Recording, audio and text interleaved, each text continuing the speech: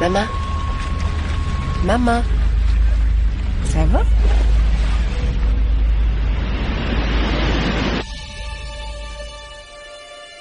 Testament de Madame Nawal Marwan. Ouverture du testament devant ses 2 enfants, Simon Marwan et Jeanne Marwan. Tu viens d'apprendre que A, ton père est vivant, et que B, tu as un autre frère. Tu dois savoir, sinon ton esprit ne sera jamais en paix.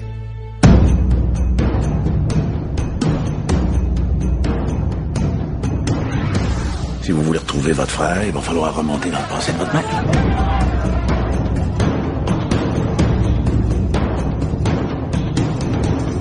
Je cherche quelqu'un qui aurait connu cette femme-là. Nous, les étudiants, nous nous opposons au parti nationaliste qui tente d'expulser les réfugiés hors des frontières. Si tu es la fille de Nawal Marwan, tu n'es pas la bienvenue ici. هلا شو رح تعمل؟ بدي أعلم عدوي اللي أنا تعلمته من أهل الدنيا. Votre mère est photographiée à Kfariat. C'est une prison au sud.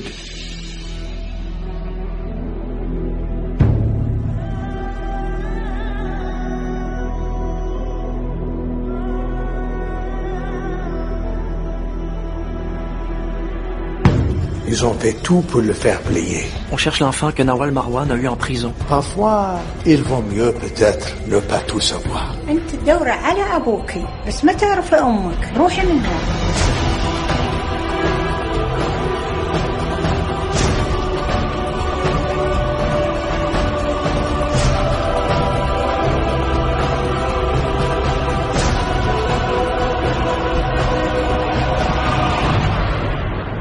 La mort, c'est jamais la fin d'une histoire.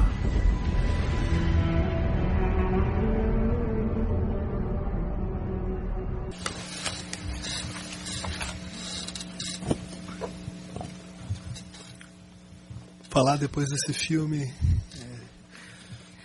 meio pesado. Queria agradecer a presença de vocês nessa noite aqui fria para o ciclo Migrantes e Refugiados, Deslocamentos em um Mundo em Crise.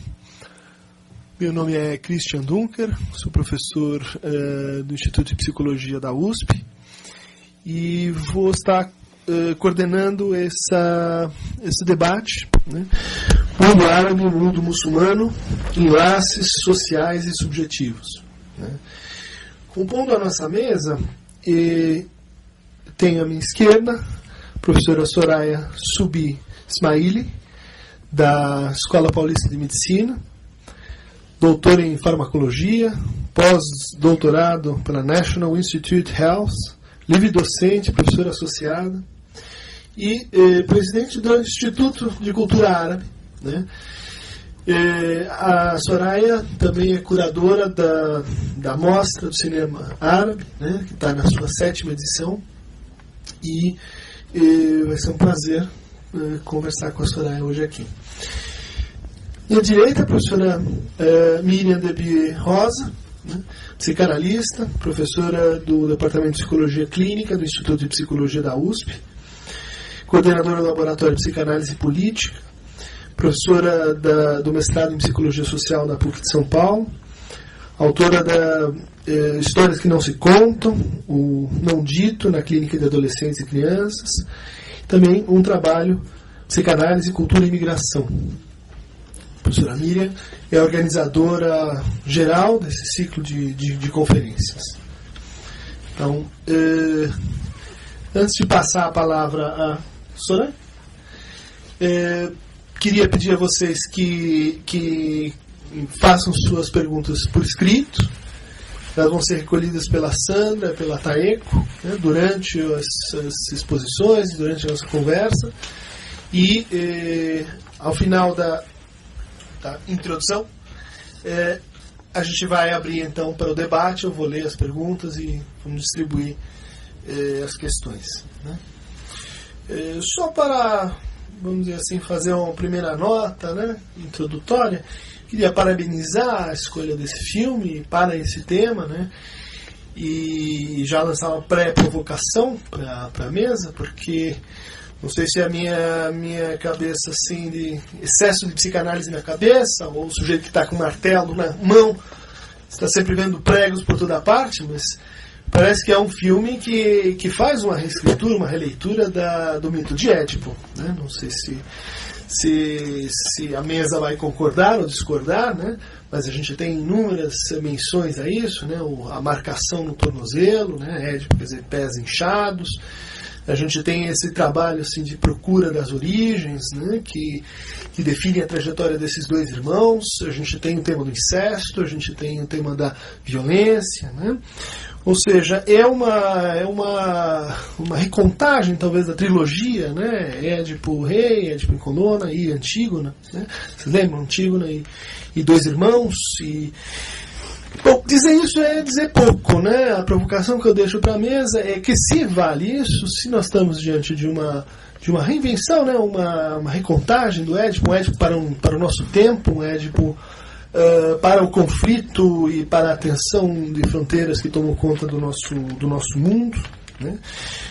Há que se pensar Édipo como um mito duplo, né? Como uma história, ao mesmo tempo, daquele que perdeu o seu lugar, né? Daquele que não pertence mais organicamente a uma origem, né? Que põe essa origem em questão, que está à procura dela, que precisa refazê-la a partir de uma história, né?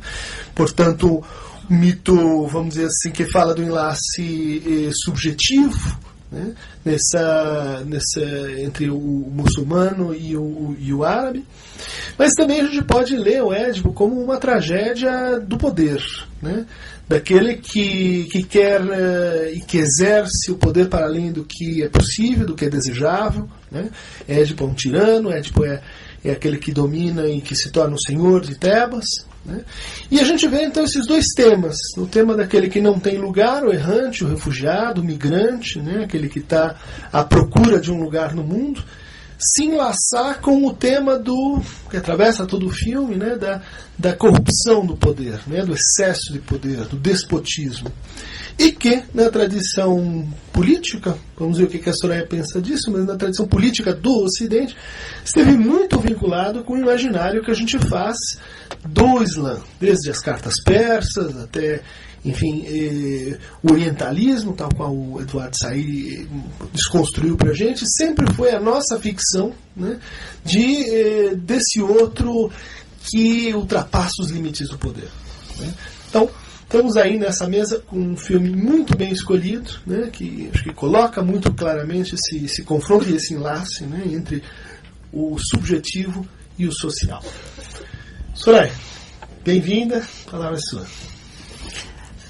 Boa noite a todos e a todas. Muito obrigada. Inicialmente eu quero agradecer ao convite para participar de um ciclo tão bem montado, tão bem organizado, com temas extremamente atuais e importantes, e que nós vamos tentar dar uma contribuição. Eu quero parabenizar os organizadores pela iniciativa, porque realmente um tema são temas que realmente estão no nosso cotidiano, fazem parte da nossa vida hoje. Precisamos discutir a questão do refugiado, da imigração, e vamos tentar dar uma contribuição um pouco para esse debate. Queria te agradecer também, Christian, pela introdução e já pelas provocações, porque é um pouco a linha que eu estava pretendendo entrar, sobre a questão da subjetividade a respeito do árabe e do muçulmano. Eu vou tentar não passar muito dos 10 ou 12 minutos, para depois a gente poder abrir para as perguntas e respostas também, porque é interessante que a gente tenha participação e tente tirar algumas das dúvidas também, né, e dar alguma outra contribuição mais específica que a plateia desejar. Esse tema é bastante amplo, complexo, e eu não teria a pretensão de falar sobre questões tão complexas num dia apenas, né? ou numa noite. Nós precisaríamos até de um ciclo inteiro, né? Como comentávamos antes de começar, se nós quisermos falar sobre a questão do árabe e do muçulmano. Mas antes de começar, antes que eu me esqueça, fazer só um pequeno reparo, porque eu não estou presidente nesse momento. Eu estive presidente durante 2 gestões do Instituto da Cultura Árabe. Hoje estou diretora cultural e científica. E atuo bastante nessa questão do cinema e das mostras de cinema que nós temos realizado. Então, fiquei bastante contente e satisfeita com a escolha do filme, que foi pela professora Miriam, e, obviamente, e a equipe, né? Obviamente é um filme bastante denso. Nós conseguimos condensar um filme muito complexo na sua narrativa em muito pouco tempo, mas eu acho que deu para compreender, né, da maneira como a gente conseguiu cortar as cenas, né? Infelizmente tivemos que fazer essa edição, mas o que eu gostaria de abordar, e utilizando o filme, né, tendo o filme como um instrumento dessa abordagem de hoje, são 3 aspectos. A questão, primeiro, eu falaria rapidamente sobre a questão da tradição, a questão das tradições que envolvem essa narrativa. A outra questão é a questão da mulher, a questão da feminidade, a questão da mulher nesse contexto que nós vimos, do conflito. E a terceira, a questão da revolta, do fundamentalismo e da construção que se faz em torno da imagem do árabe e do muçulmano hoje, né? Rapidamente, então, porque a gente não vai ter tanto tempo. A questão da tradição fica... o que o filme mostra para a gente... eu quando assisti o filme a primeira vez, fui procurar fazer uma pesquisa sobre a cidade, porque eu queria entender em que lugar estava se passando isso, essa narrativa, essa história. E descobri que a cidade não existe, né? É uma cidade fictícia, que provavelmente, pelo contexto do que está colocado no filme, remete a uma história que talvez possa ter acontecido. Lógico, não tem todos esses elementos que foram colocados aqui, mas que lembra ou que remete para a Guerra Civil no Líbano, que foi um momento em que árabes libaneses, né? O Líbano é um dos 22 países árabes, é um país que foi arabizado, que não era árabe na sua origem, mas que com a expansão islâmica se arabizou. Então é um país de língua árabe. E o Líbano, ele teve na década de 70 e 80 uma guerra civil, que foi uma guerra entre cristãos e muçulmanos. Ela foi descrita assim durante muito tempo, de maneira muito simplista, inclusive de uma forma uma análise muito, muito simplista e muito pouco elaborada. Porque, na verdade, não se trata de uma guerra de religião.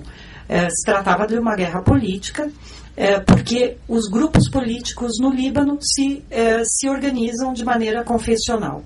Então, eles são partidos políticos que se organizam politicamente, não religiosamente, politicamente, em função da sua origem religiosa. Então, tem o partido dos nacionalistas, que ela comenta no filme, remete aos cristãos baronitas, e o outro grupo que é bastante tocado no filme, que é a questão dos refugiados, né? Tá bastante, permeia o filme inteiro, que provavelmente diz respeito aos palestinos, né? Que são considerados refugiados também no Líbano, não só em outros países, mas também no Líbano.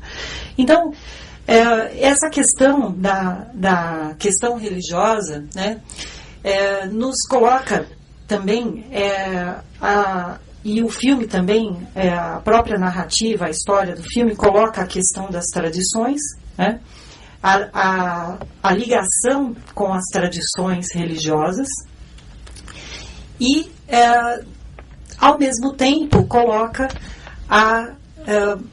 generosidade, né, e também a importância da família, né? E como isso está muito forte no seio daquela tradição, quer cristã, quer muçulmana. Até um determinado ponto do filme, eu achava que a família da Nawal era uma família muçulmana. E depois, num determinado momento, quando ela está tendo o parto, né, quando o irmão mata o namorado, fica claro que ele não é cristão porque ele está usando uma rata, né, que é um símbolo da resistência, principalmente da resistência palestina. Então, só que no momento seguinte, quando ela está dando à luz, aparece na sala um crucifixo. E depois, em outro momento, fica claro quando ela coloca o lenço na cabeça e entra no ônibus para se fazer de muçulmana, né? Fica claro, e depois em outras cenas também, que ela é de uma família cristã, né? E tem uma cena que não foi mostrada, que é a cena em que ela assassina que ela faz a operação, né, do grupo que ela estava naquele momento atuando, né, porque ela está atuando contra a sua própria origem, né? Então, nesse sentido, eu entraria na questão da revolta, do papel da religião e do fundamentalismo, porque e da questão da subjetividade que você colocou muito bem introduzindo entre o árabe e o muçulmano, porque o diretor do filme teve todo o cuidado de fazer uma narrativa em que o terrorista, né, entre aspas, a construção da terrorista, né, no caso ela, que vai utilizar um instrumento de fazer um ataque a um civil ou ao chefe da milícia, etc., é feito por uma cristã que mudou de posição em função do outro atentado que foi feito pelos cristãos a um ônibus que provavelmente era de muçulmanos, né? Que tinha todos os elementos para ser de muçulmanos. Então, nesse filme foi interessante porque toda a construção foi feita para o outro lado. O que normalmente é feito nos dias de hoje, principalmente pela grande mídia, é feito ao contrário, né? Então, nesse sentido, o filme dá uma grande contribuição, mas eu não sei até que ponto, às vezes, pode confundir um pouco, porque precisa ter conhecimento de todos esses aspectos para a gente entender que ali se trata de uma guerra entre cristãos e muçulmanos, né? Porque remete a essa guerra civil que aconteceu no Líbano, e que o fundamentalismo, e isso é a parte que eu considero fundamental ou mais importante nesse filme, que o fundamentalismo pode estar em qualquer religião, né? Aliás, eu queria até sugerir a leitura das obras e dos livros da Karen Armstrong, onde ela elaborou durante muitos anos, ela até hoje é o objeto de estudo dela, em que ela mostra que o fundamentalismo nasce nas religiões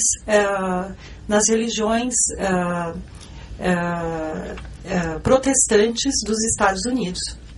Então, ela mostra toda a origem do fundamentalismo e que ele está presente em todas as religiões, na verdade, né? Então,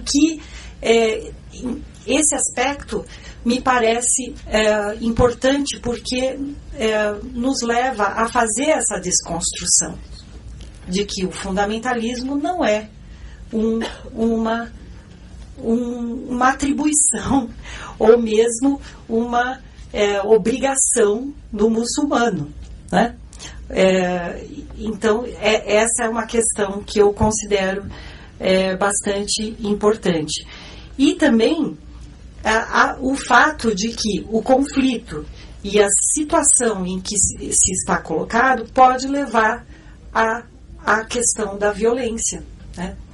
Então, isso independe de ser um palestino, ou um libanês, ou um brasileiro, ou qualquer outra nacionalidade. Então, dependendo do contexto em que se está, como forma de resistência, ou até diante das circunstâncias que estão colocadas, a violência pode acontecer. Então, isso não é digamos, um atributo dos árabes e nem dos muçulmanos, como se muitas vezes tenta, muito menos dos muçulmanos, como se tenta muitas vezes ou se coloca muito frequentemente, principalmente pela grande mídia, né? E por alguns articulistas, por incrível que pareça, por alguns articulistas, inclusive, nos grandes jornais, nas grandes TVs, e muitas vezes até comumente, né, na sociedade, isso se repete. A gente ter o tempo todo que debater e explicar que o árabe e o muçulmano, isso não é atribuição, não é um aspecto dessa cultura. Ao contrário, a cultura árabe, eu vou finalizar por aqui, depois eu falo um pouco mais sobre as outras coisas. Ao contrário, a cultura árabe e mais ainda a cultura muçulmana, a cultura islâmica e a civilização islâmica preconizava muito, muito mais o aspecto da convivência, da coexistência. Eu não gosto da palavra tolerância, né? É muito mais a convivência, coexistência e a troca de conhecimento, de saber, de interesses, isso foi a grande contribuição, na verdade, da civilização islâmica. Hoje tem questões muito diversas, dá para a gente falar muito sobre isso, dá para a gente falar do fundamentalismo islâmico também, mas eu acho que já deixei um pouco claro que isso existe, mas que também não é um aspecto só dessa religião. Mas a base e a história é outra. E o que a gente vê muito mais frequentemente hoje e no nosso século, no século passado, no século passado, foi muito mais uma construção do Ocidente em relação ao Oriente. Muito mais uma construção do que propriamente atributos dessa cultura e dessa religião. Então eu fico por aqui, depois eu falo um pouquinho sobre a questão da mulher quando a gente for falar das perguntas também, tá? Obrigada. Obrigado, Soraya. Vamos ouvir então Miriam.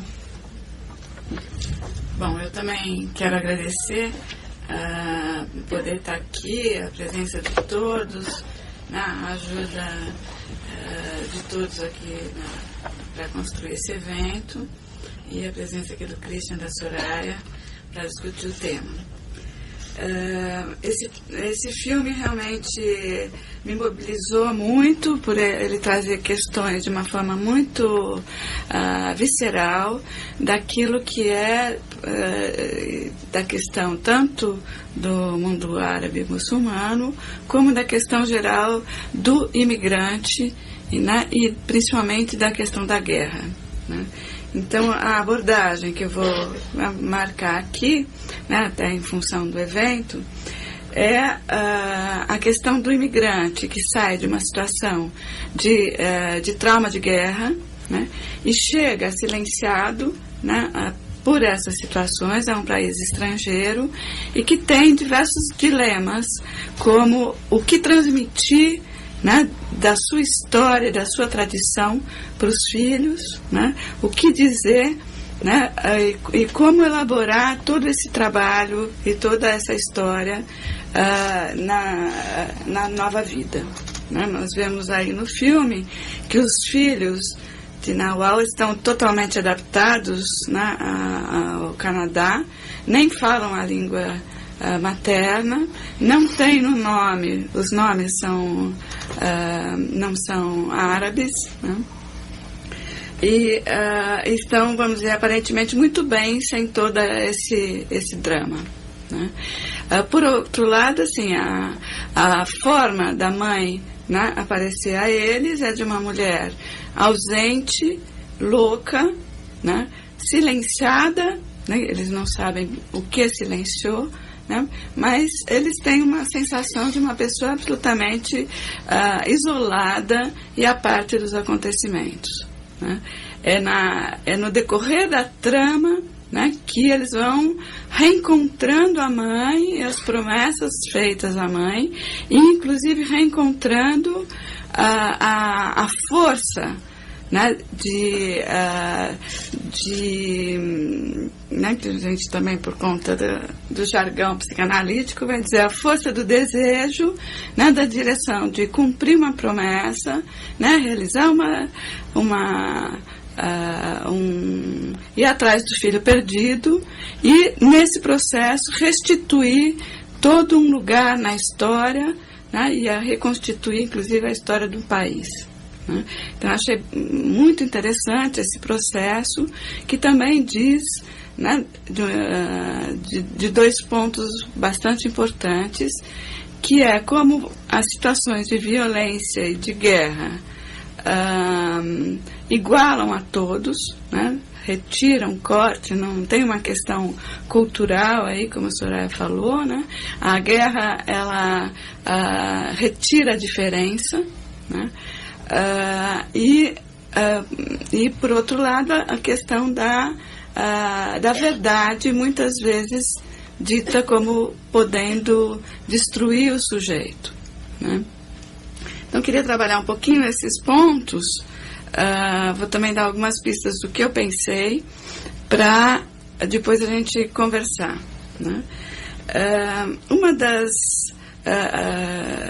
questões principais aí em relação à verdade, né, é o caráter restaurador não da verdade como toda, mas da busca da verdade, né? Acho que podemos registrar, né, que amanhã a gente tem a instalação no país, finalmente, da Comissão da Verdade, né, para restaurar algo da nossa história. E no filme fica muito claro que é essa busca da verdade que restaura um lugar para o sujeito, né? Embora nos pareça muito horrível, né, o fato de que o pai e o irmão sejam o mesmo, né, eu acho que o filme é muito hábil em inverter. O filme não termina com essa verdade, ele começa com essa verdade, né? Ou seja, a personagem principal, ela só consegue fazer um testamento no momento em que ela se depara, né, e aí começa a trama, não termina, que ela se depara com o quê? Aquilo que estava separado entre o objeto amado, o filho, e o objeto odiado, o torturador, se unem num só, né? Nesse momento fica muito claro, né, em que, para além dessa verdade, dessas duas verdades, de que qualquer ódio, né, qualquer guerra é fratricida. Acho que o filme mostra o destino do ódio, né, se voltando, né, contra a própria terra, né? Ou seja, é uma destruição que está colocada ali entre, né, não tem vencedores numa guerra de ódios, né? Acho que esse filme é bonito por isso, né? Quando, né, ela sai, né, dessa melancolia que ela se apresentava, essa apatia, distância, né, que é relatado como um contraste, né, na mãe até então, né, e na mãe retratada no filme como uma pessoa com uma garra de enfrentar tradições, de romper com preconceitos, né, aí ela consegue dar andamento à tradição, né? Então aí ela consegue escrever cartas que não contam, e também aí eu acho que é um ponto importante para pensar a questão da transmissão, né? O que está interessando não é tanto transmitir um fato, relatar um desfecho, mas é enlaçar o sujeito numa promessa, enlaçar o sujeito numa trajetória. E foi isso que ela propôs aos filhos, né? E é muito interessante porque a filha, primeiro, é capturada por isso, né? E vai até um certo ponto na história. E, no segundo momento, né, ela convoca o irmão, que acaba indo com uma promessa muito parecida com a que a mãe voltou para o meio da guerra para buscar o filho perdido. Né? Ele diz, bom, eu vou voltar para trazer a minha irmã de volta. Né? Então, cada um dos personagens vai ganhando vitalidade. Né? Então, se é uma história de ódio, destruição, é também uma história de como se recolocar frente à questão do ódio, da guerra, da destruição. Né? E como nessa volta, né, é possível se recolocar em relação, aí sim, né, a cultura, a tradição, ao que marca ali como diferença cada um e posiciona num nome, numa história, né, num tempo específico. Né, de tal forma que o passado fica como passado com as suas marcas e se pode construir a partir dali um futuro. Né, registrar o que fica esse passado, né, com as lições que se aprende dele.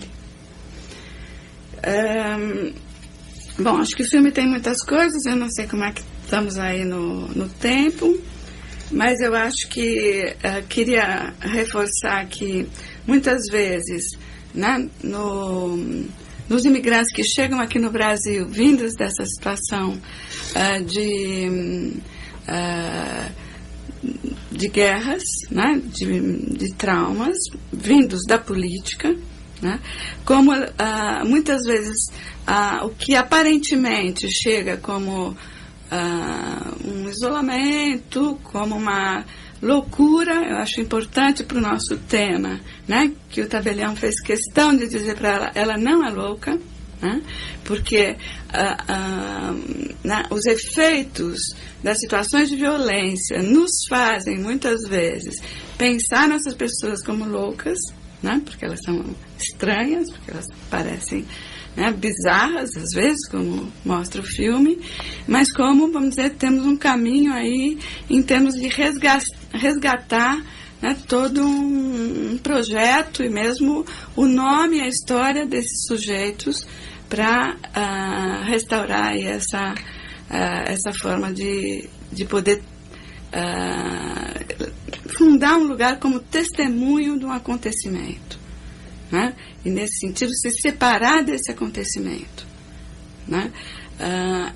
De novo retomando um ponto, né, o que permite, né, que a personagem, a hora que percebe, né, a união, que 1 mais 1 é igual a 1, né, não é igual a 2, e é muito importante que seja nessa formulação matemática, porque são muitas coisas ao mesmo tempo acontecendo nessa duplicação da verdade dessa fórmula, né? Nesse momento, ela se divide, a gente diria assim, né? Ela não é a única responsável pelo fracasso. A vida dela não está marcada por um fracasso pessoal. Ela se conecta com a realidade política do país, né, que produziu esse filho que se torna uma máquina de guerra, mas porque também, né, tem toda uma história que faz isso. E um último ponto que eu acho fundamental, até pensando na Comissão da Verdade, né, é que ela não transige, ou seja, não é porque né, ela não dá uma carta só para o filho e para o torturador. Né? Ela mostra 2 tipos de reconhecimento. Né? O reconhecimento da mãe em relação ao filho, né? E onde ela retoma uma mensagem de amor, mas ela dá outro reconhecimento para o torturador, né? Do tipo, olha, estamos aí te olhando, né? Não tem uma transigência em relação aos atos, né? O ato que ele fez com a história dele é também de responsabilidade dele, né? Então também fico por aqui para a gente continuar a nossa conversa mais coletivamente. Obrigado, Miriam. Continuamos a receber as perguntas. E já temos aqui uma abertura, né, para o tema do ódio, né? Sueli pergunta de que maneira vocês acham que o ódio no filme havia começado a diminuir, né? Estou entendendo, é uma pergunta crucial, né? Na medida que nós estamos diante de uma história, mas que também é uma obra, né? Que tem uma incidência, vamos dizer assim, quase que terapêutica, né? Na nossa reflexão sobre a diferença, sobre a identidade e sobre o ódio. Ou seja, de que forma vocês entendem que essa história, mas também esse filme, né? Ele está tratando, né? No sentido clínico, no sentido cultural também, do ódio, né? Por que a gente sai, não sei se vocês tiveram esse sentimento também, mas a gente sai, apesar da tragédia, com uma sensação assim, de que um conjunto de reconciliações foi possível. Né? Eu concordo que a cena final, né, da carta dela para os 2 filhos, né, essa é a última carta, né, que ela é realmente uma carta de muito amor, né? Que emociona e que nos coloca num outro lugar, né? Mas eu acho que a questão do ódio e da reconciliação foi trabalhada em vários momentos do filme.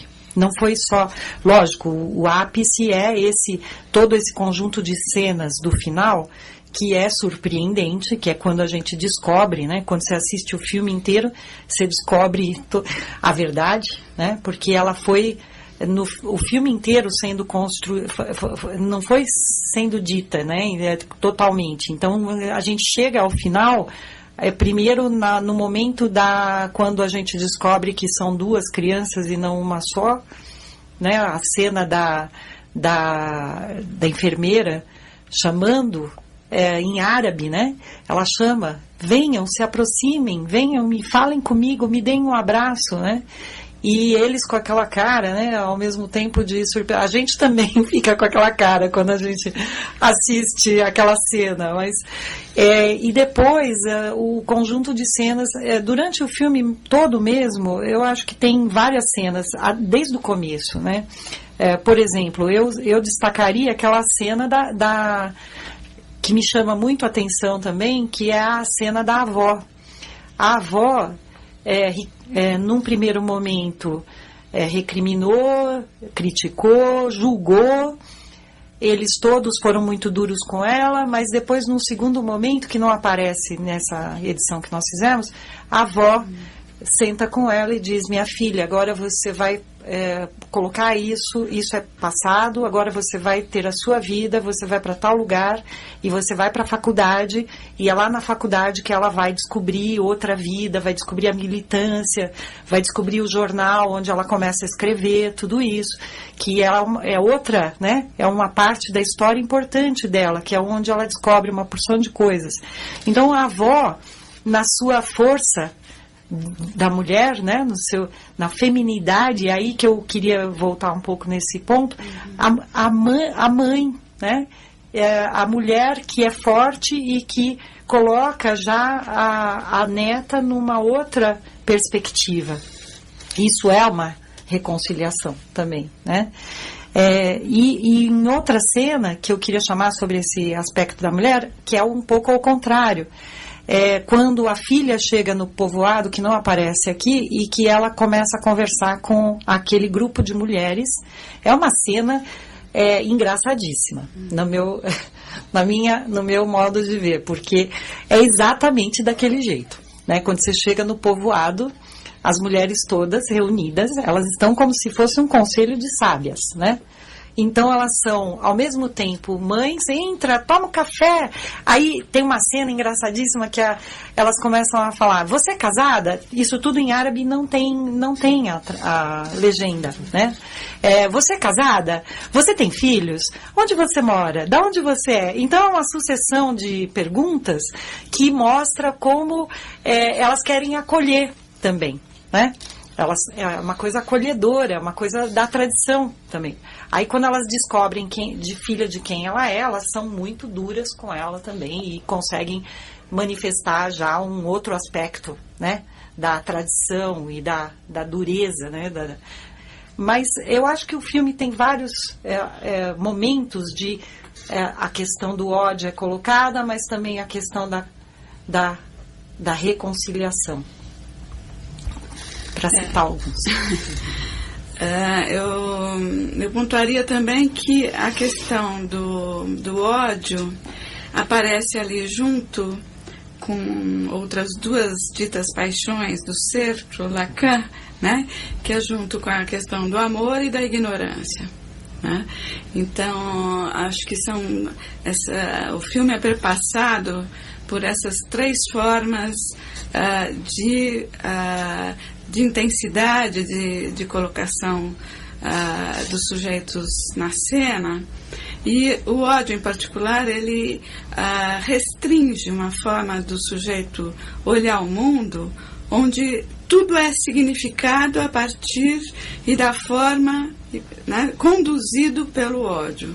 Né? Então, toda a leitura que o sujeito faz do mundo se faz através desse recorte. Né?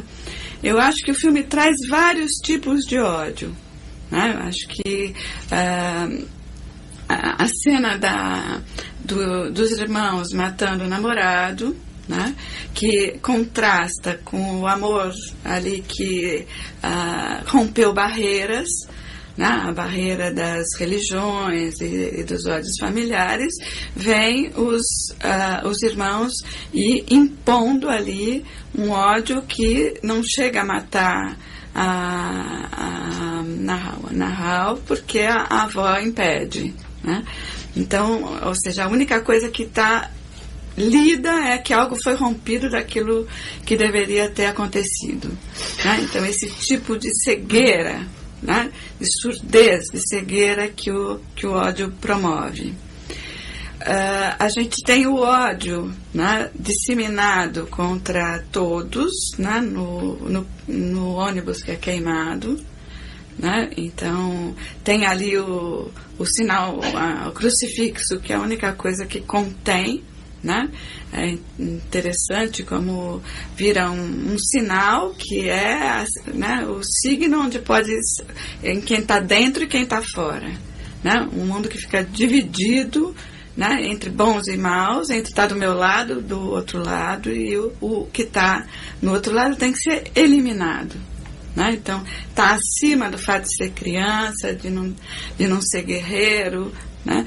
Que por sua vez é diferente do ódio da dita terrorista, né? Mas que é muito focado no político, né? Que é o político responsável e líder da matança, né? Por outro lado, ela se alia também a um outro líder da matança, né? Do lado de lá, né? Mas ela está focada ali também, vamos dizer, mas é um ódio que não está tão disseminado, né, para todos os lugares. Ele tem uma conotação política muito bem determinada, né? Então, eu acho que são vários, né, nos caberia aqui, não dá aqui para a gente discriminar cada um deles, mas de qualquer forma, nesse momento, o sujeito não tem uma vacilação, né? O sujeito não faz uma apreciação particular do sentido do seu ato, né? Ele se prescinde de toda a ética, né? De todo tipo de outros valores que podem que deveriam estar balizando as suas ações. Né? Então, acho que uma marca do ódio é essa. E por outro lado, né, ele começa a ser rompido justamente quando, né, para cada personagem, eu acho que é num momento, né, o filho, por exemplo, eu acho muito interessante, né, o Simon. Ele vai meio por último ali, né? A menina encara primeiro, né, uma identificação com a promessa da mãe, né, e ele vai marcando a grande descoberta, né? Descobrimos que nosso pai é um torturador, né? Acho que tem cena que não está no filme, mas ele vai resistindo muito a entrar nessa história que é a força da ignorância, né? Quer dizer, para ele o lugar da ignorância, né, de não saber de nada, de fechar os olhos, estava, né, era, vamos dizer, o que ele estava expressando ali, né? Ele, a ignorância, né, o ódio, o próprio filho que se torna uma máquina de guerra, né? E acho que ali também mostra muito bem numa cena que ele começa a contar como o rapaz, né, o filho, o primeiro filho da Halar, né, ele troca de nome, inclusive, né, e vai se tornando, ele é treinado para o exército, mas isso sai do controle, né? Então ele diz, ele não servia mais, porque ele se tornou uma máquina de guerra, né? Tem uma cena aí que ele simplesmente fica mirando crianças ao léu para matar, né?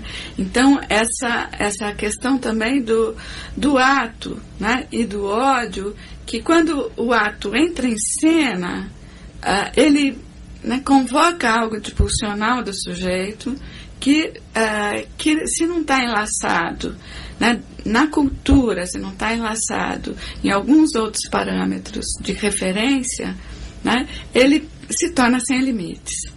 Né? E o rapaz foi sendo tomado pela violência, né?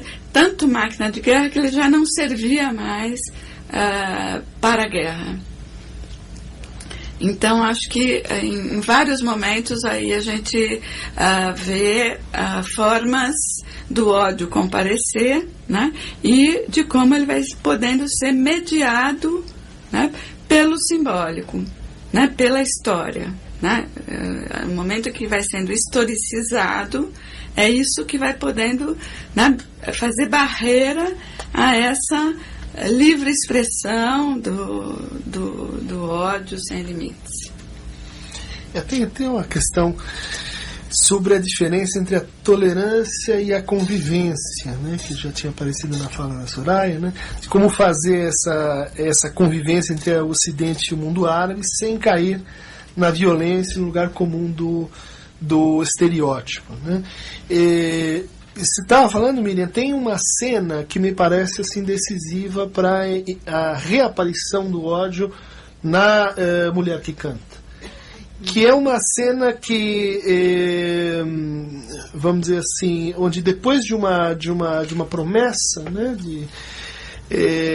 que dá mal, que não dá certo, que é a cena do ônibus, né? Ou seja, ali a gente tem um ato que é um ato, vamos dizer assim, puramente contingente de amor a qualquer um, né?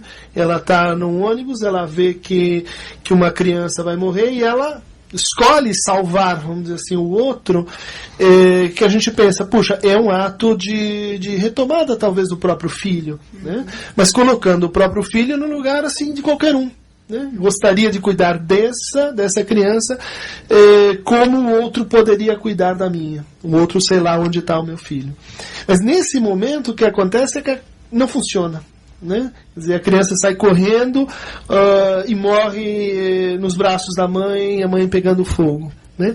Essa cena me pareceu crucial, né, do ponto de vista da como pensar tolerância e convivência depois de um ato desses, né?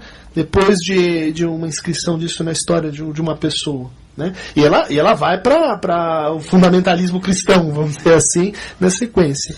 E me pareceu uma cena crucial também, Soraya, porque é uma cena de absoluta hospitalidade. Né? Hospitalidade é a palavra que a língua árabe inventou, né? Não só como uma relação assim de ser convivial com os outros, mas queria te ouvir mais sobre isso, como uma obrigação moral. né? Obrigação de receber o outro, né? Seja ele quem for, como for, né? É uma obrigação que transcenderia, vamos dizer assim, as virtudes individuais, né? Que não é só assim um que é mais bondoso, o outro que é menos bondoso, mas que se impõe como uma lei moral. Né, a obrigação de hospedar, né, de onde vem hospital, hospício, e que é uma invenção, vamos dizer assim, se não islâmica árabe. Né. O ato dela de tomar aquela criança em hospitalidade, então é um ato profundamente árabe, islâmico, feito por uma cristã. Né. Como é que vocês veem essa história da tolerância, da convivência? E eu estou infiltrando aí um terceiro termo, que é a hospitalidade, no sentido mais forte do termo, né?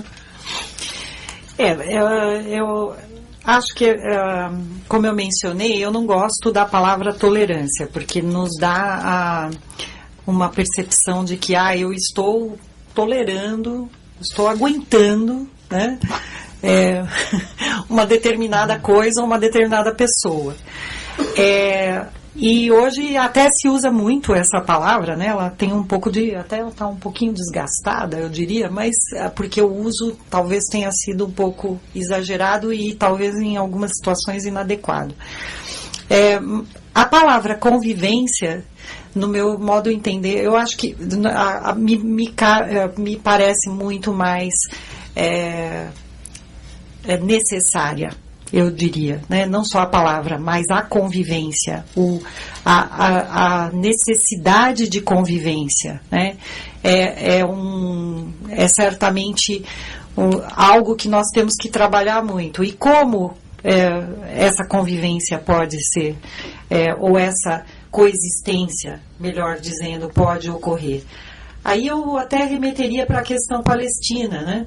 Que é onde hoje a gente fala muito em como é que esses dois povos vão coexistir. E, aliás, hoje, não sei se muitos de vocês talvez não saibam, hoje é o dia 15 de maio, que é o dia da Nakba palestina. Então, o dia da Nakba, inclusive, olha só que interessante, a gente está falando, né, de refugiados, da questão da convivência, da coexistência, e, ao mesmo tempo, é o dia em que é considerado um dia da catástrofe palestina. A palavra Nakba quer dizer catástrofe em árabe. Porque foi nesse dia que houve a criação do Estado de Israel. Então, ao mesmo tempo, os israelenses também celebram esse dia como o dia da independência. Então, olha só, para uns é a catástrofe, para outros é a independência, que é o dia da criação do Estado de Israel. Sem querer entrar na questão do debate sobre a questão israelo-palestina, que é bastante complexa, hoje existe esse debate dentro de Israel-Palestina, dentro daquele território, que nós queremos 2 estados ou um estado binacional? Então, e aí o Said, né, todos os últimos livros do Edward Said e o trabalho que o Said fez, principalmente na terço final da vida dele, sempre foi considerando a perspectiva de um Estado binacional, porque ele verifica, ele mostra, com muitos das suas pesquisas, que não existe outra alternativa. Aqueles 2 povos vão viver juntos, aquelas 2 culturas vão viver juntos para o resto da eternidade. Eles estão, alguns falam, não, nós estamos fadados, eles mesmos falam, estamos fadados a viver juntos para o resto da vida. Nós vamos ter que aprender a viver junto. Então, a solução de 2 estados é uma questão política e tal, mas a solução de um estado, ontem eu vi inclusive um documentário na Globo News, eu peguei no final, eu não sei nem dizer, infelizmente eu não sei nem dizer que documentário é esse exatamente, mas ele foi feito com palestinos e israelenses. Eu achei interessante isso, porque os próprios israelenses que antes defendiam 2 estados e os próprios palestinos que antes defendiam 2 estados, agora estão dizendo não há outra alternativa. Então, como é que a gente faz isso? A coexistência. Aí remeto de novo para a obra do Said, que é, por exemplo, por meio de ações concretas e específicas, que é da aproximação e do diálogo permanente, insistentemente, constante, o tempo inteiro. A orquestra que o Said e o Barenboim fizeram é um exemplo lindíssimo disso, que está aí até hoje. Né? O Barenboim conduz uma orquestra feita de israelenses e árabes, que não são só os palestinos, mas principalmente os palestinos. E eles convivem, é uma escola de música, e depois eles saem para fazer concertos juntos. Então, acho que a questão da coexistência só será possível se esses dois se entenderem como iguais, né? Que não há um outro, né? E que estão, na verdade, têm a mesma cultura, né? Se formos buscar as raízes históricas, a cultura é basicamente a mesma, e a origem étnica, inclusive, porque são povos semitas, né? São semitas. Então, acho que a questão é esse reconhecimento. É aí que eu acho que a gente faz essa não tolerância, mas coexistência. Né? Desculpa, não falei da hospitalidade, mas já falo na próxima. Muito importante isso. Deixa eu comentar, daí você volta com a hospitalidade. Na próxima pergunta. Eu também não gosto do nome tolerância.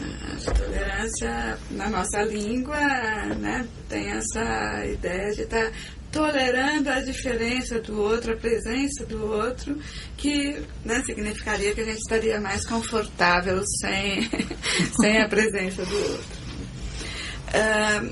Eu acho que a ideia desse conforto, né, entre o outro absolutamente semelhante a mim, né, e funcionando, né, nessa suposta igualdade, né, onde tudo, né, tudo gira sem conflito, é uma ilusão. Né? Uma ilusão que não está presente nas relações familiares, que não está presente nas relações amorosas, no comecinho, no momento da paixão talvez, né? Mas né, o cerne da vida com o outro é ter um elo de ligação e um espaço de separação. Né? Senão esse fazer né, sempre é muito violento, né, porque fazer acaba sendo, de uma certa forma, um deles perder espaço. Sempre é uma dominação. Né? Então, é uma ilusão a ideia de que vamos ser todos iguais, vamos ser todos... Não, há necessário ter um espaço para que o outro, né, possa entrar com as suas singularidades, esquisitices, né? Um outro nome para esquisitices, e que se cria ali um espaço de convivência que não retira a possibilidade do conflito. Né? Então, o conflito ele pode ser rico de uma possibilidade de transformação. Né? O Freud vai falar na importância do mal-estar. Né? O mal-estar como se o sujeito se atenta ao mal-estar da relação entre os povos, entre as pessoas, se pode detectar os pontos de conflito e, portanto, construir, repactuar novas formas de convivência. Né? Então, tem uma diferença que eu acho interessante, que é em relação a tratado ou pacto e aliança. Né? Uma coisa é você fazer o tratado dos vencedores em relação aos vencidos, onde eu escrevo as leis, né, de acordo, né, ao outro ficar bem escravizado e quieto. Né? Outra coisa é, né, realizar que a gente construi alianças. Né? Ou seja, bom, temos diferentes interesses, né? Queremos coisas diferentes, então que tipo de ponte, que tipo de coisa nova podemos criar para tornar possível essa convivência, né? Sem a ilusão de que vamos viver felizes para sempre num mar de igualdades. Eu vou aproveitar, menino, para encaixar duas questões que passam pelo tema da identidade, né? Primeiro, diz respeito a como desconstruir a imagem negativa que o mundo ocidental tem do muçulmano, particularmente no Brasil, né?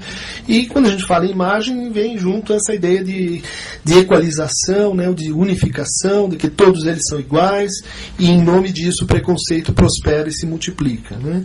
E a segunda questão é como é que podemos pensar os acontecimentos da Primavera Árabe, se eles não seriam uma espécie de resgate da identidade perdida que foi violada pelo fundamentalismo religioso. Você está entendendo bem? É como se a Primavera Árabe pudesse ser pensada como uma revolta de desconstrução de uma identidade falsa, uma identidade que aqueles povos não reconhecem exatamente como sua, né? Baseada no fundamentalismo, no ódio e na unificação que o Ocidente teria assim produzido. Eu acho que no fundo são questões em torno de até que ponto ter uma identidade não é um fato patológico, né? Quer dizer, se apegar à identidade de tal forma que ou eu a imponho sobre o outro ou eu tenho que me dobrar diante da identidade do outro. Uma palavra sobre a hospitalidade. Você foi muito preciso, porque o hospital é uma invenção da civilização islâmica. Eu diria até não é nem árabe, porque a civilização islâmica foi muito mais abrangente do que o mundo árabe que a gente conhece hoje, né? E mesmo o mundo muçulmano hoje é muito maior do que o mundo árabe, né? Hoje a gente tem 1 bilhão e 300 milhões de muçulmanos no mundo e cerca de 300 milhões da população em países árabes. Só que desses 300 milhões, tem países em que você, como o Líbano, por exemplo, em que você tem, tá certo que é uma população muito pequena, mas você tem metade da população não é muçulmana, né? Tem diferentes religiões. E você tem cristãos no Egito, você tem cristãos na Tunísia, na Líbia agora muito menos, mas na Líbia não tem quase nem mais muçulmano, né? Pode-se dizer, porque já a população já foi bastante diminuída também em função de todas as questões da ditadura e tudo isso, que é uma outra questão. Mas o mundo muçulmano é muito maior hoje, e a civilização islâmica era também compreendia naquele momento também o Irã, que era a Pérsia, né? E os persas não são árabes, que é outra também, embora haja proximidades. Eu brinco com os meus amigos iranianos, né? Daqui e de lá, que a gente tem pessoal do cinema, pessoas que têm uma relação bastante próxima com a gente. Eu falo, vocês são os nossos primos, né? Eles riem, acham, e é verdade, eu olho para os meus amigos e eu vejo os meus primos, é como se fossem os meus primos, são muito parecidos, inclusive. Então, embora ela nasce dentro da civilização islâmica, é uma concepção em que se pode tratar do doente e ao mesmo tempo recebê-lo, orientá-lo, cuidá-lo, e é um ambiente harmônico em que você tem fotos dos hospitais daquela época, do século X, que estão aí até hoje, não são fotos daquela época, mas que estão aí, locais em que o hospital tinha fontes de água, pátios, e ali era um lugar de cuidados e ao mesmo tempo de ensino. Então o hospital-escola, né, a concepção de hospital-escola. E a questão do receber é realmente uma tradição é uma tradição muito forte e importantíssima. É realmente algo que no filme, né, eu já mencionei isso, quando ela chega no povoado, as mulheres querem ela lá dentro, junto com elas, e dando chá e querem dar comida e querem hospedar e tal.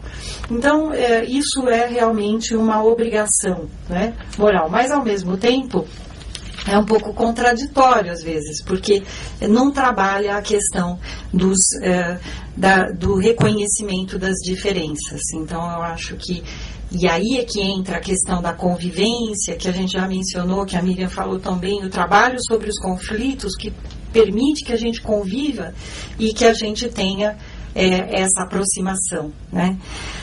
Sobre a imagem negativa do muçulmano, eu acho que cai nessas mesmas coisas, porque, veja, eu venho de uma família muçulmana, que é sunita.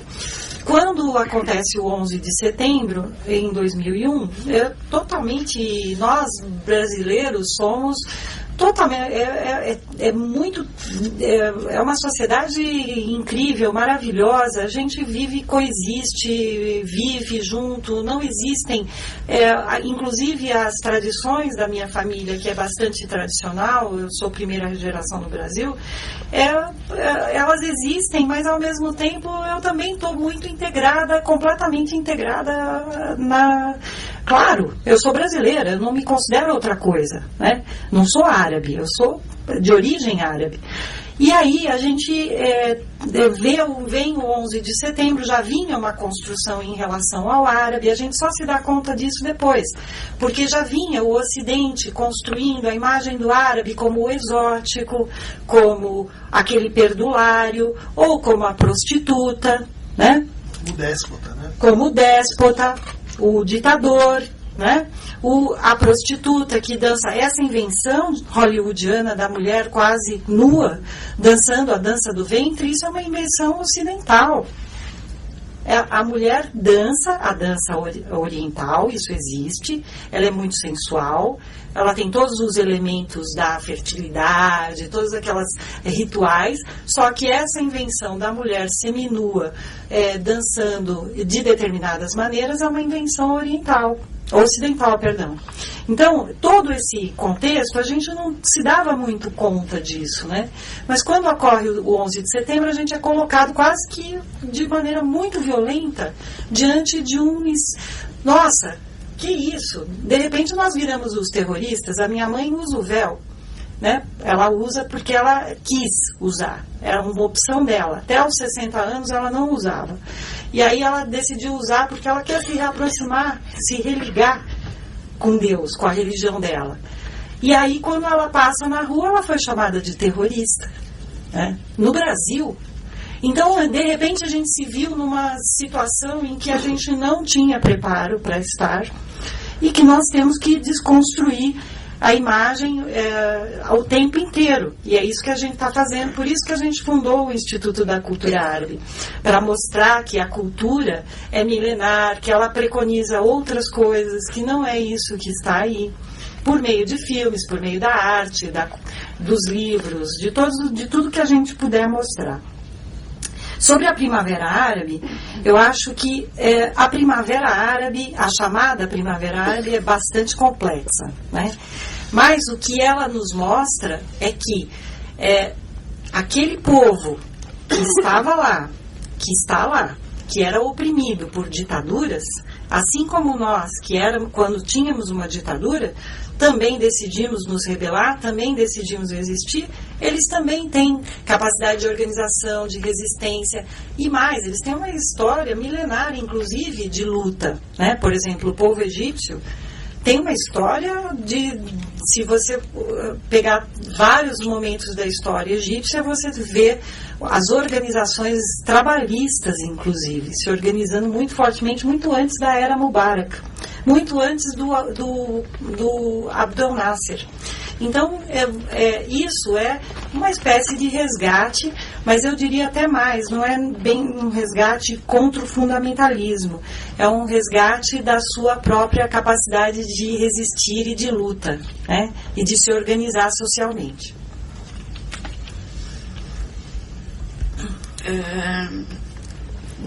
Estava te escutando, então não estava pensando na minha... Eu falar, então um minutinho.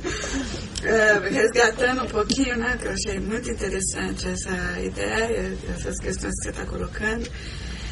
Mas essa construção do outro como uma imagem, com a imagem do muçulmano, né, acho que foi muito marcada pelo 11 de setembro, embora já tivesse anteriormente, né, reduzindo, né, toda uma parte do mundo aos ayatolás, ao fundamentalismo religioso, né, a tudo que seria o avesso do Ocidente, que seria o progresso, que seria a ciência, que seria, né? Então, se valorizar pelo avesso, né? Tendo que construir, né, por o outro, né, no lugar daquilo que deve ser recusado e, portanto, de uma certa forma atacado, né? Ou não de uma certa forma, atacado mesmo, né? Que é o que a gente viu, você acaba também de dizer, é uma forma de lidar das mais, né, política, das mais elementares, que é produzir, vamos dizer, uma união, não olhando as próprias dificuldades de organização, né, aqui, né, no Ocidente, produzindo o mal estando do lado de lá, né? Então, acho que isso é uma manipulação política, né, que retira toda a possibilidade do outro se apresentar com a sua riqueza, né, de história, e que ela se baseia, eu acho que o Emir Sader, né, falou em relação à África até bastante sobre isso, né, como se anula toda a potência do outro e justifica, né, a prepotência, né, do dominador e, né, exaltando de uma forma absurda, porque temos muitos problemas, né? Temos muitas violências e muitos fundamentalismos aqui, né? Não precisamos localizar isso fora, em outras. Então, acho que, né, eu diria que essa imagem do muçulmano serve, né, serve politicamente para justificar ações violentas, né, que tem outros interesses que não ficam explicitados, já que, vamos dizer, a figura do terrorista e tal está neste lugar. Tem duas questões que vão nessa direção, né, do outro despersonalizado, do outro assim com quem não dá para conversar, né? A primeira é da Taeko, que faz menção ao Estatuto das Mulheres no mundo árabe. Quer dizer, como é que eu posso reconhecer e ser reconhecido por uma cultura, por um universo simbólico que trata as mulheres como não iguais, supostamente, né? Ou que trata as mulheres de tal forma que corrompe princípios elementares do que seria, assim, da civilização ocidental, uma maneira de tratar e pensar a equidade. E a segunda pergunta também toca um outro ponto sensível que diz respeito às crianças, né? O orfanato, né, que não aparece na edição aqui, como uma instituição que tenta produzir identidades, tenta produzir unidades, né? E que de alguma forma ilustra o engendramento da violência, né? Da violência sobre a criança, mas também a gente poderia pensar aqui num outro mito, né, sobre a racionalidade islâmica, que é de que ali vigora um tipo de educação que não é mais laica, que junta de novo o teológico e político, que corrompe, portanto, uma matriz muito importante da racionalidade moderna e ocidental, e, portanto, não dá para conversar porque tem esse ponto de não paridade assim muito básico, né? O que vocês acham desses dois pontos polêmicos, né? Sensíveis? Para falar em 2 minutos? Nossa! Bom, a questão da mulher, né, sobre... essa foi uma bela provocação, hein? Foi boa essa. Porque, assim, essa também é uma construção. E eu não vou dizer aqui que a mulher árabe tem todos os direitos, a mulher muçulmana está vivendo o melhor dos mundos. Não é isso. Ela está também atuando fortemente e trabalhando no sentido de buscar o exercício de todos os seus direitos, assim como, não da mesma forma, não no mesmo grau, ou não é igual, mas as mulheres ocidentais.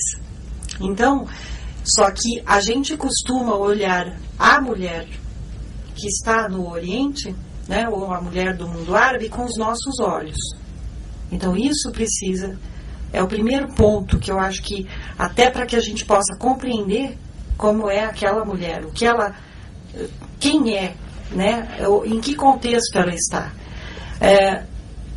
E eu vou usar um aspecto apenas, porque não vai dar para falar muito mais, mas poderia voltar num outro momento, a gente poderia fazer muitos debates sobre isso, a gente tem falado, escrito também, inclusive, sobre isso, que a mulher, por exemplo, é a questão da vestimenta, né? Esse é um aspecto que o Ocidente costuma bater muito forte, que a mulher árabe e muçulmana, né, no caso aí a mulher muçulmana, primeiro o mito, né, que toda mulher árabe é muçulmana. Já falei que isso, né, já comentamos sobre isso. E segundo, que todas as mulheres árabes muçulmanas são obrigadas a usar o véu ou a burca. Muito se fala em burca, né? Se usa o termo burca assim como se usasse... e a burca é uma vestimenta que não é muçulmana, e não é obrigatória, e não é árabe, mais ainda. Tá? Além de tudo, não é árabe, é de uma região do Afeganistão, né? É regional, é uma questão tribal até, né? Aí vem a questão da obrigatoriedade do uso do véu, que é o hijab.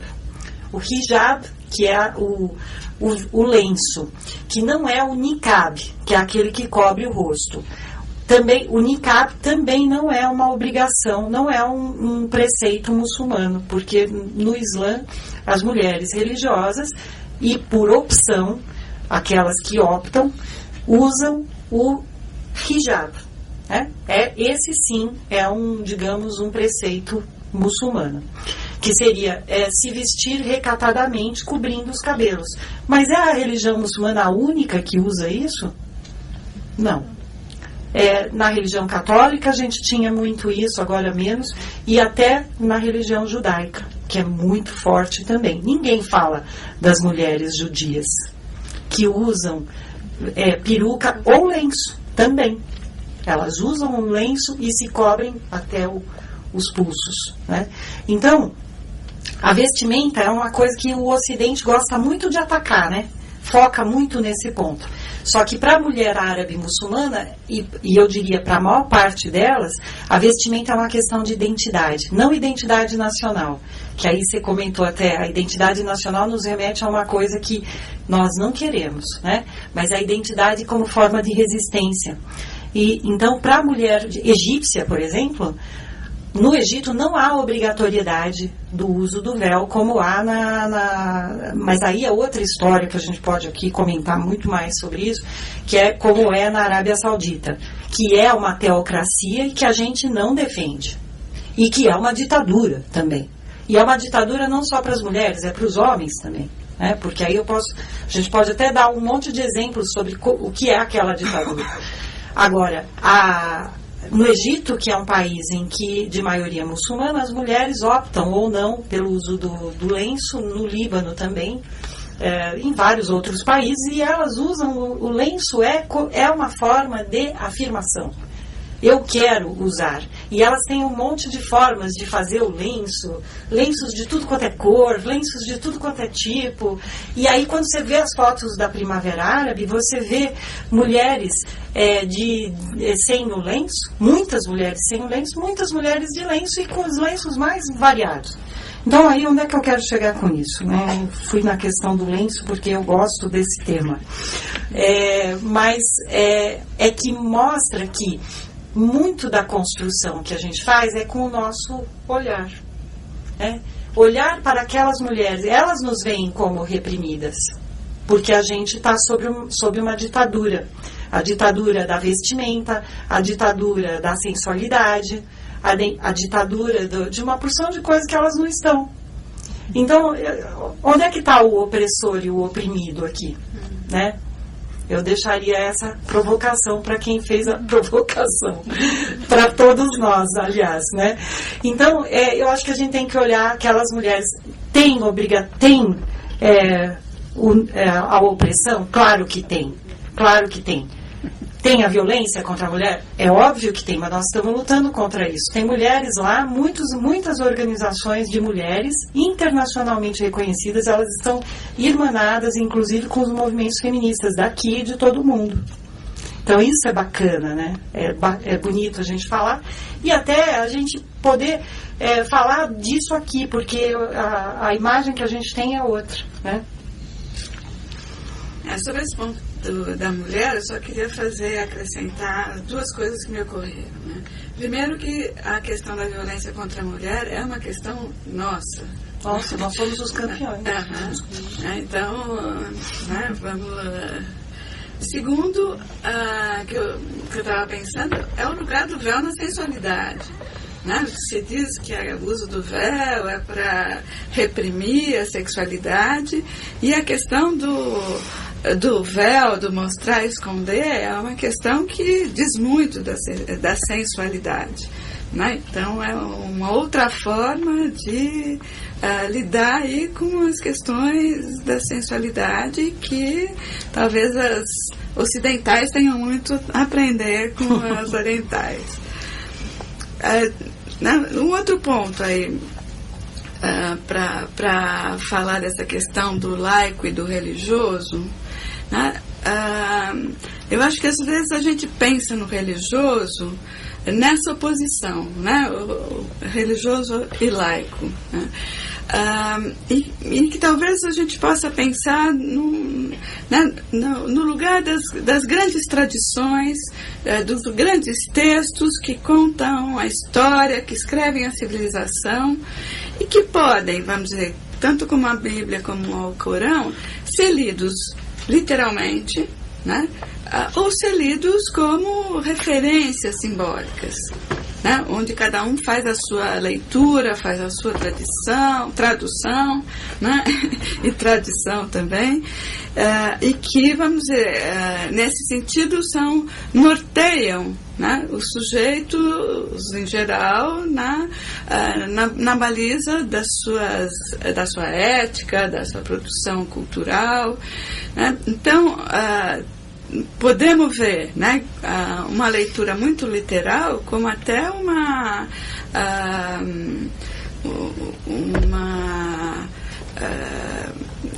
perda do lugar dos grandes livros, né, como referência, né, e como essa referência simbólica, né, que pode acontecer em qualquer um deles, né.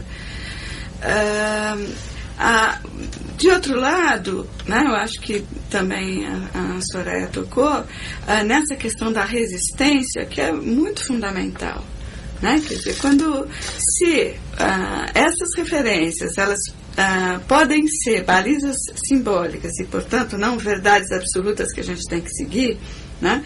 Mas uma história aí de por onde a civilização se organizou com algumas éticas básicas, né? O abrir mão de toda e qualquer referência é muito conveniente para outras formas de dominação, né? Para eleger, por exemplo, né, que a ética do consumo ou do capital é a que pode ser a que rege, a que deve nos manter.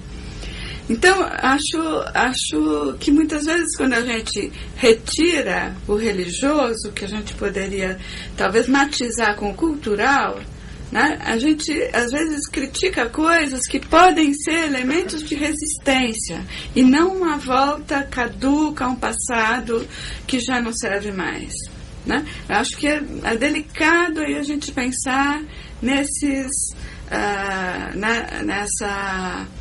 questão da tradição e da religião, né? Não, vamos tomar cuidado de, junto com a água do banho, não jogar o bebê junto, né? Acho que tem muitas coisas a serem recuperadas e retraçadas como organizadores de um certo lugar, né? E outras, é claro, né, combatidas e tidas ali como, a partir daí não dá para concordar com certas práticas, digamos, né, violentas, seja contra a mulher, seja contra a criança. Eu vou pedir um último comentário. Estamos em cima da hora, nosso teto 9h30. Mas, então, rapidamente, um comentário sobre essa colocação, né, que diz respeito à utilidade em conhecer a verdade, essa verdade de que, trazida pelo filme, 1 mais 1 é igual a 1. A que serve, né? O que essa cognição permite viabilizar? Quantos outros casos semelhantes se passariam ignorados na humanidade? Será que isso mostra tão somente a nossa limitação como leitores de nossa própria história? Ou seja, são variações em torno de o que fazer com, se a gente assume, né, essa mensagem do filme, né, trágica ao mesmo tempo e iluminadora, por outro lado, de que 1 mais 1 é igual a 1.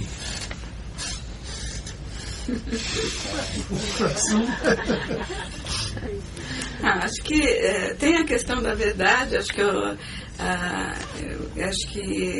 eu toquei nisso. A verdade, acho que o filme deixa muito claro, não é a crueza dos fatos, é a trama de sentido que constrói a história que pode levar a um determinado desfecho, né? Então, esse tipo de verdade, ela não é destrutiva, né? Muito pelo contrário, acho que o filme mostra muito claramente como ela resgata um lugar de um sujeito que constrói uma ficção em que ele possa viver, né? E possa dar lugar ao outro para viver, né? Então, né, eu acho que a noção de verdade que se tem aí não é essa verdade absoluta, né? Não é chegar num real que não pode ser chegado, porque ele é sempre incógnito, né? O que no filme é traçado muito bem, quando a mãe, apesar de já saber os fatos, ela propõe um enigma para os filhos. E é nesse enigma que eles vão se enlaçar. Ou seja, não é o resultado que interessa, né? Guimarães Rosa que já dizia isso, né? É o caminho, não é a chegada, né? É no caminho que os filhos vão se historicizar e recuperar uma força que a mãe tinha na juventude, né? E que por conta da perda de toda essa história, isso ficou perdido, né? E tem um outro ponto, que é o ponto de, né, recorrendo a Freud, o que não foi elaborado retorna, seja com sintoma, seja com repetição, né? Então a gente pode delirar um pouco em cima do filme, que estavam todos numa piscina, né? Uma mocinha, um outro rapaz, né? Que poderiam se encontrar, né? E que forma essa história poderia continuar, né? Que outras questões que modos de repetição essa violência poderia se atualizar, né? Então, nesse sentido, que a historização, né, que a recuperação de um lugar potente nesse sentido, porque aparentemente a gente pensa que é o ódio que traz potência, porque ele, né, ele aparentemente traz muita força, mas ele está sempre ligado à cegueira, né? A potência, né, da busca, né, do filho, e atrás do filho, e atrás da verdade, é um outro tipo de potência que leva em consideração essa construção de uma história. Então, acho que são, né, modalidades aí que a gente aposta, né, na segunda, né, na busca da verdade para registrar a história, né, e saber o que não, né, por onde não seguir. Então, aí, por isso que eu pedi para você falar primeiro, porque a questão da verdade, e aí eu queria fechar falando se seria verdade ou verdades, né? Quantas verdades, né? E aí a gente queria comentar um pouco isso, deixar essa mensagem que não é um país árabe, não é um mundo árabe, são muitos mundos árabes, né? São muitas mulheres árabes, né? Que a gente estava falando das mulheres. Frequentemente a gente é perguntado, né? Como é a mulher árabe? De que mulher árabe nós estamos falando? Né? São muitas mulheres árabes, são muitos países árabes, muitas religiões árabes, né? Regimes políticos, muitos regimes políticos diferentes, né? Muitos lugares, muitos tipos de educação, né? Vários tipos muitas realidades econômicas também. Porque quando a gente fala dos países do Golfo, é uma realidade. Quando a gente fala dos países do norte da África, é outra realidade, né? Quando a gente fala da Tunísia, a gente tem uma constituição, mesmo durante o regime do Ben Ali, que era um ditador, ficou 23 anos no poder. Mesmo durante esse período, a população e as mulheres também, inclusive, tiveram grandes ganhos constitucionais, né? O direito ao aborto, por exemplo. As mulheres tunisianas têm o direito ao aborto. As mulheres brasileiras não têm, né? Então, essas sociedades tiveram momentos diferentes, conquistas diferentes e até não conquistas, né, diferentes. Então a gente precisa olhar todas essas questões e essas sociedades com diferentes olhares. Não podemos ter um único olhar para o que é o mundo árabe, para o que é o muçulmano. A mesma coisa para o muçulmano. Não dá para a gente ter o mesmo olhar. Inclusive até porque dentro do próprio Islã tem diferentes vertentes, tem diferentes concepções, tem diferentes formas de praticar até ou de exercitar a religião. Então, eu deixaria principalmente essa questão, que a gente, a complexidade, e que a gente sempre procure olhar esse mundo que parece muitas vezes obscuro para nós, estranho, esquisito, né? Que parece uma coisa distante também, né? Está muito mais próximo e está na gente, está na nossa sociedade, e tem muitas semelhanças e muito mais proximidade do que a gente imagina, né? Então a gente procurou trabalhar um pouquinho isso hoje. E queria agradecer mais uma vez e convidar todas as pessoas que queiram fazer parte do Instituto da Cultura Árabe. O Instituto da Cultura Árabe é um instituto laico, autônomo de partidos e governos, e ele é da sociedade brasileira. Ele não é para descendentes de árabe, né? Ele não é para os árabes no Brasil, não é isso, tá? Professor Aziz Absaber, nosso querido, saudoso presidente de honra, que falecido há pouco tempo, nos emprestou a sua dignidade, a sua estatura intelectual durante muitos anos, né? Durante os 7 anos da nossa existência, para que a gente se constituísse como um instituto que fosse brasileiro, né, da sociedade brasileira. Então, todas as pessoas que se interessem, que queiram conhecer, divulgar, participar da cultura árabe, conhecer e divulgar também, nos ajudar nesse trabalho, podem fazer parte. Então, eu deixo esse convite também. Temos um site, quem se cadastrar pode receber uma newsletter gratuita, semanalmente, www.icarabe.org, sem BR, tá? Muito obrigada pelo convite, foi uma mesa muito bacana, gostei muito de participar. Obrigada. Então, queria encerrar agradecendo mais uma vez Soraya, Miriam, o povo, vocês que fizeram questões de alto nível, foram muito bem acolhidos, quero crer pela mesa.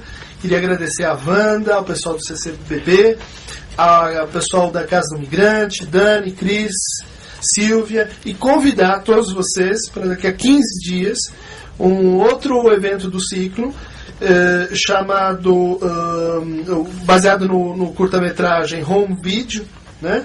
Direção do Lucas Rached, Trauma e Deslocamentos Humanos, Imigração e Refúgio, com o Márcio Seligman da Silva, da Unicamp, a Ana Maria Medeiros da Costa, da UERJ, e coordenação do Reginaldo Nasser. Daqui a 15 dias, no dia 5 de junho. Obrigado a todos. Boa noite.